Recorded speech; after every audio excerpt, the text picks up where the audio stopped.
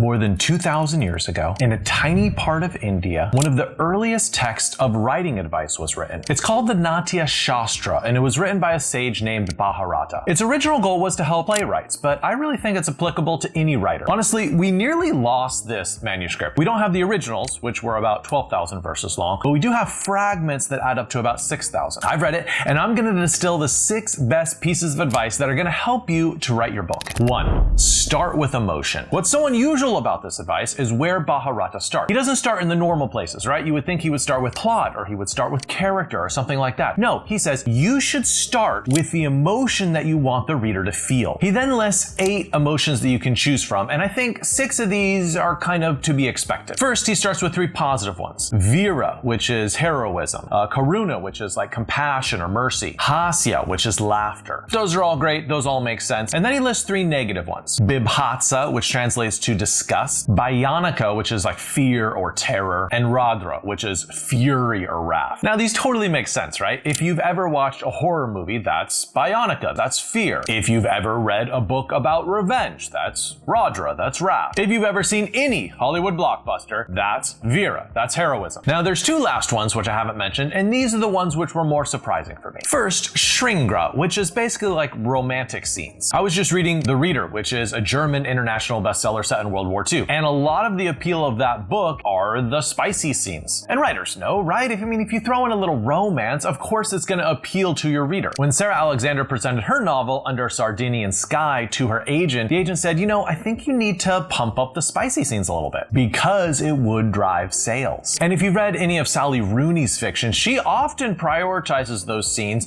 to show physically what characters are doing with love. And if you want to learn more about this, my book, The Linchpin Writer, has a whole chapter devoted to here's how not to write those scenes and here's good ways to write those scenes. Now, the second emotion that surprised me in this list of 8 emotions was Adabuddha, which translates roughly to wonder or amazement. The literal translation is marvelous sentiment, but basically it's giving this reader the sense of awe and marveling at your story. Now, there's lots of ways to do this in your fiction, right? I think if you're doing any world building or describing a really beautiful place, that can invoke this wonder and amazement in the reader. Or if you show some element of the supernatural or show some miracle or something, those are ways to make the reader just marvel at the mysteries of human existence and the beauty of our physical world. Honestly, I think a lot of writers forget that they're trying to make readers feel wonder and amazement. So this is just a helpful little reminder. I have so many writers come to me and ask me, John, how do I start writing a book? And I think it's really interesting that the Natya Shastra says, no, you don't start with plot, you don't start with characters, you start with the emotion, and after you pick that emotion, then you decide what is the storyline and what are the characters that will evoke that emotion in the reader. And I think what's truly amazing about this advice is it is reader-centric advice rather than book-centric advice. So you're looking beyond the book already to the effect that you want the book to have. Second piece of advice from the Natya Shastra is the 5 stages of the plot. Now, I have spent 20 years of my life teaching writing. I have read all the books. I have read all the ideas out there, and I've never seen anything quite like this.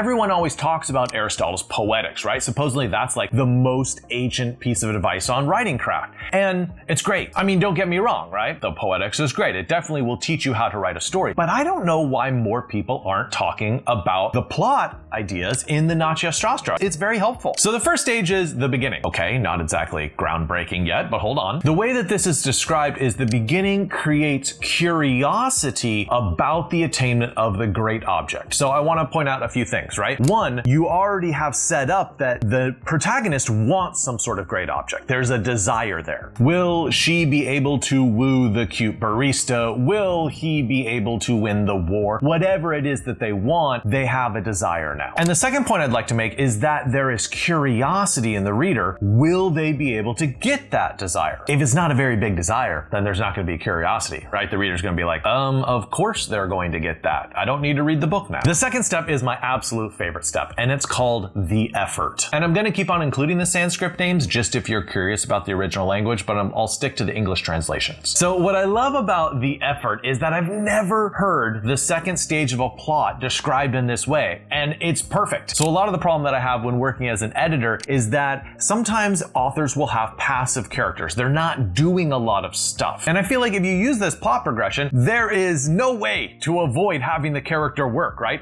It's literally called the effort. So I think this helps the writer couch the story in terms of how can I make my protagonist work toward the desire. I grew up watching the A-Team, and in every single A-Team episode, they have this montage where basically it shows the effort. They are welding stuff, they are screwing stuff in, they are like building something, all to help them for the climactic scene where they help out some poor unfortunates. Or think about a training montage in a Rocky movie. He's sawing wood, he's pulling sleds, he's chopping down trees. Folks, this is the effort, and you absolutely have to show your character striving and working hard to get what they want. The third step is the possibility of attainment. This is a stage in which the hero gets closer to the goal. They make concrete steps to get closer to what they want. So obviously this is a stage which includes positive steps forward, but I would also add, just as a general note, there can be setbacks in this stage as well, right? Overall, the hero's getting closer, but it can be a bit of a jagged line where there's a big step forward and then a setback, a big step forward and then a setback. The fourth stage in the plot structure is the possibility of resolution. And I've also seen this translated as certainty of attainment, but I'm not sure that's exactly the right term. This is the stage of the plot which is very close to the end. It's basically sort of similar to, in the Western mind, what we would call a climax. There is a very strong possibility of resolution, but it's not quite resolved yet. Basically, there are conflicts and obstacles that are still standing in your hero's way of getting what they want. Think of in Slumdog Millionaire, when Jamal gets to the very last question on Who Wants to Be a Millionaire. Or think of The Martian by Andy Weir, when Mark Watney finally gets that vehicle to work and lifts off from the surface of Mars. Or when Harry finally discovers the location of the last Horcrux at Hogwarts. For each one of those stages, the hero hasn't won, right? Something can still go wrong, something could be ruined, but they're right at the moment where they could win it all. Now, the fifth and final stage in the Natya Shastra's idea of plot is the fruition. And sometimes this is also phrased as attainment of the object, meaning like the hero actually gets what they want. This is when the story loop closes, things are resolved, and everyone walks away happy or sad if it's a tragedy. So if we were to graph this storyline, it would basically be an upward diagonal arc. This is story plotting that's based on character desire and working hard to get what they want. Now, a little side note here. If you do need a little bit of help with plotting, check out my course, Write Your Best Novel. It is 36 videos chock full of writing advice that takes you all the way from your first page to the ending. The third thing that we can learn from the Natya Shastra is 3 things that every book should have. So it says that the goal for every book is to show 3 worlds or levels: the human, the divine, and the demonic. Now, if you take this literally, you think, oh, this isn't very helpful for modern fiction writers. You can't have angels and demons unless you're Frank Peretti, and you're probably not going to have divine and demonic unless you're Neil Gaiman writing something like American Gods. But if you take it figuratively, I actually think this is enormously helpful. I mean, think about the demonic realm as kind of a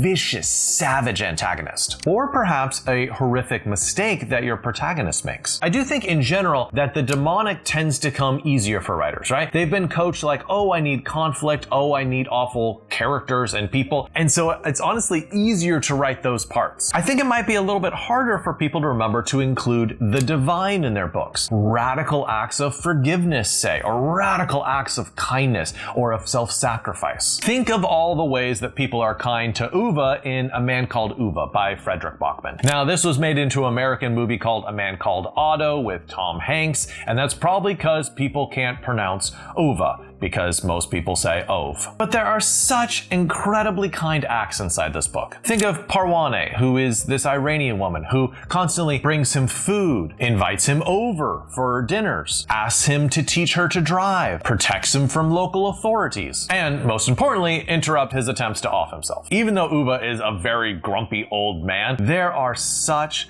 heartwarming acts of kindness inside this book, and I think it's important to work on that for your book, to show the divine in your own book. And then lastly, the third category is the human. Everyday people, everyday situations, everyday emotions. This is relatable storytelling that lets your readers see themselves in the story. Sometimes the divine and the demonic aren't the everyday texture of our lives, right? They're more like sensational, dramatic things, but we don't feel them in the core of our being because it isn't happening to us on a day-to-day basis. But the human level, it is dealing with those super small annoyances like that horrible driver on the freeway. Those make the story relatable. The fourth thing we have to learn from the Natya Shastra is the 5 elements of storytelling. The first thing is the seed. This is a little thing that is dropped at the beginning of your story, which comes around to bear fruit toward the end of your story. For instance, if you're using a kind of bookend structure to begin and end with the same thing in your book, or the same theme, or the same place, or the same line of dialogue, that is similar to the seed idea. And sometimes seeds do a really good job of contributing to the overall theme of your book. I was just reading In the Narrow Road to the Deep North, which is a novel about Australian POWs stuck building this railroad during World War II. And at first I didn't notice it, but then when I reached the end of the book, I realized every single act of kindness in this book comes around food. Food is a means of extending grace to others, of preventing starvation, of righting wrong. Food becomes a really powerful seed throughout this story. So just think about what your seed element is throughout your book and how you can plant little seeds throughout that have payoffs later on. The second essential story element is the vital drop. So Bharata's idea of the vital drop is sort of like, what is the glue that holds this entire story together? This is the type of stuff that prevents your plot from separating off and seeming like a whole bunch of tiny little different stories. The closest Western concept that I can come up with that matches this would probably be the concept of a through line. If you remember the series The X-Files, there are all sorts of standalone episodes, and then there are these episodes that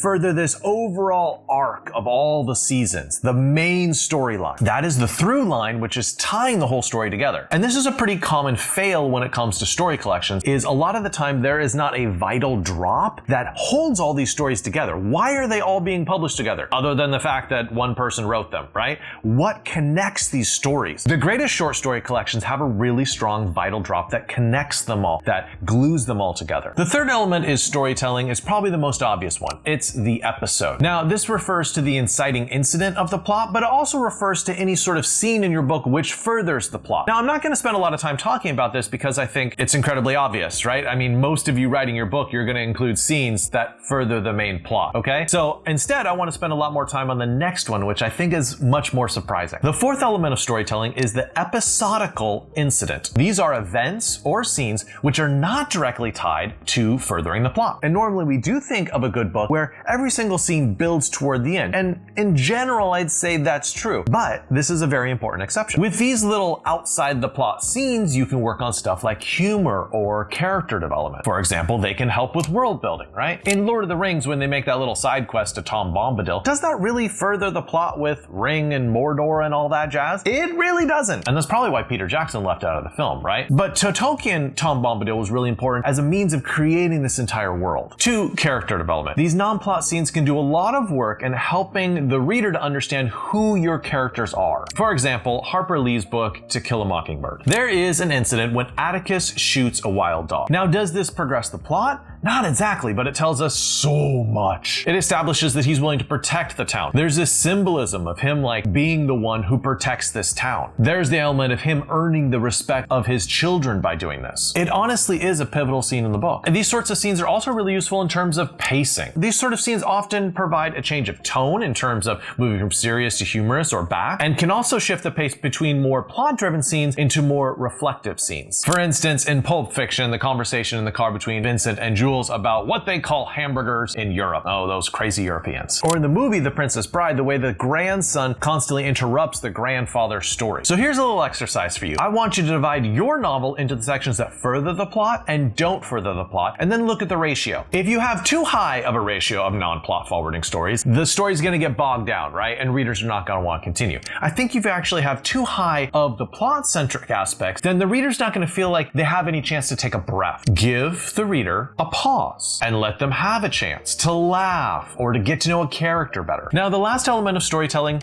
is action. This is dramatic action that furthers the plot. But when we hear the word action, sometimes we think of things like car chases or something, and that's not what this is. It's a lot bigger than that. Now, obviously, it does include physical actions. Think of Old Man in the Sea when he is wrestling with that marlin. But you can also have verbal actions, like in Pride and Prejudice, when Miss Bennet spars verbally with Mr. Darcy, and that establishes the tone of their relationship. Lastly, and this is definitely one not to overlook, are mental actions. These are the thoughts and decisions that influence the plot. Think of Crime and Punishment by Dostoevsky, when Raskolnikov is wrestling internally with the guilt of having killed this lady. The fifth overall thing that we can learn from this book is on character development. The Natya Shastra argues that the writer needs to show that the protagonist is similar to a lot of other people. But think about when this was written. This was BC, people. This was before the novel was ever invented. So most stories in this time period were still about kings and nobles and knights, people of very high importance. No books were written about the common everyday person. That really didn't happen until the advent of the novel, which was like the 1700s. So what Bharata is really saying here is even when your protagonist is very different than your reader, you still have to work really hard to make them super relatable. But how does this impact us as writers? I mean, really this could be as simple as giving your character a kind of hobby, like golf or riding their bike or something, right? Something that helps us to connect with them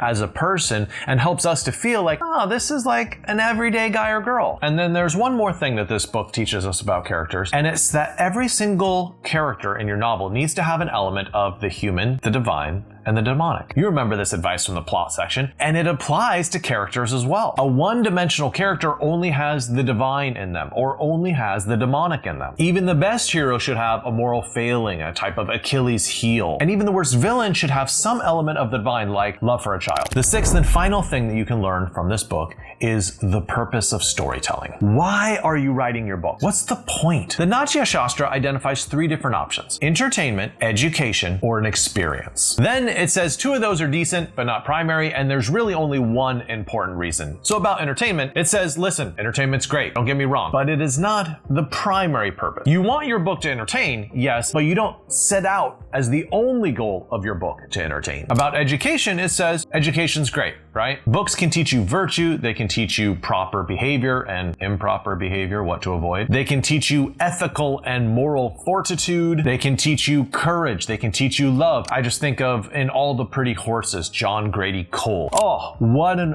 honorable character, going out fighting for the love of his life. You read that and you're like, I want to be like that character. And those are the type of characters you want to create because it makes the reader want to emulate them. But again, with education, it's good, but it's not the true purpose of your book. The true purpose of your book is the third thing: experience. The Natya Shastra says the main purpose of your storytelling should be to transport your reader into a completely different world, immerse them in the emotions and physicality of this world. You want them to experience the essence of their own consciousness and the consciousness of the characters. So in some ways, this is similar to the very first point. Give your readers an experience and they will come back time and time again for more.